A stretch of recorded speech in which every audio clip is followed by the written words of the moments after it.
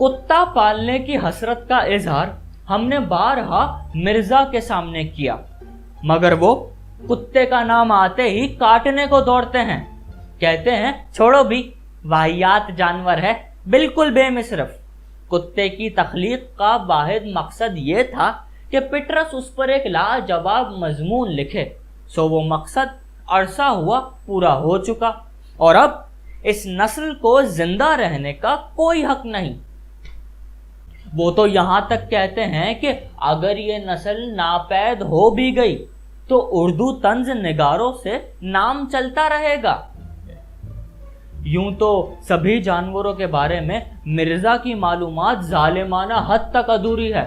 मसलन अभी कल शाम तक लोमड़ी को गीदड़ की मादा समझे बैठे थे और गजब खुदा का बड़े चूंटे को आम चूंटी का नर।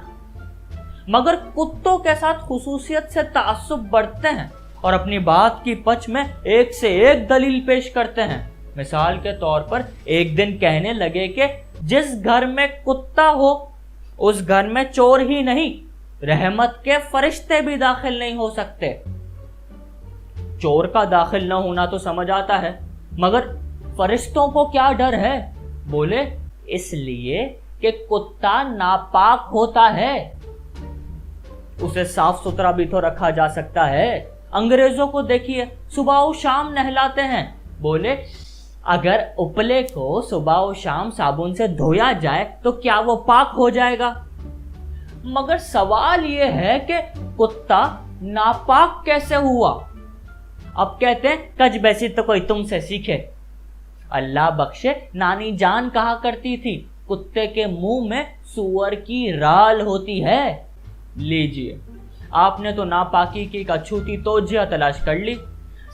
भाई मेरे, आज तुम्हें एक मोटी पहचान बताए देता हूं। जो जानवर मुसलमान खा सकता है पाक है। इस लिहाज से तो मुसलमान ममालिक में बकरों को अपनी पाकी और तहारत के सबब खासा नुकसान पहुंचा है। कहते हैं बकने वाले बका करें।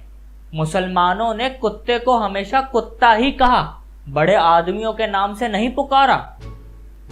बड़े आदमियों की एक ही रही। आपने सुना नहीं, नस्लन एक जमाने में सारे कुत्ते भेड़िए हुआ करते थे। आदमी की सोहबत में उनका भेड़ियापन जाता रहा, मगर खुद आदमी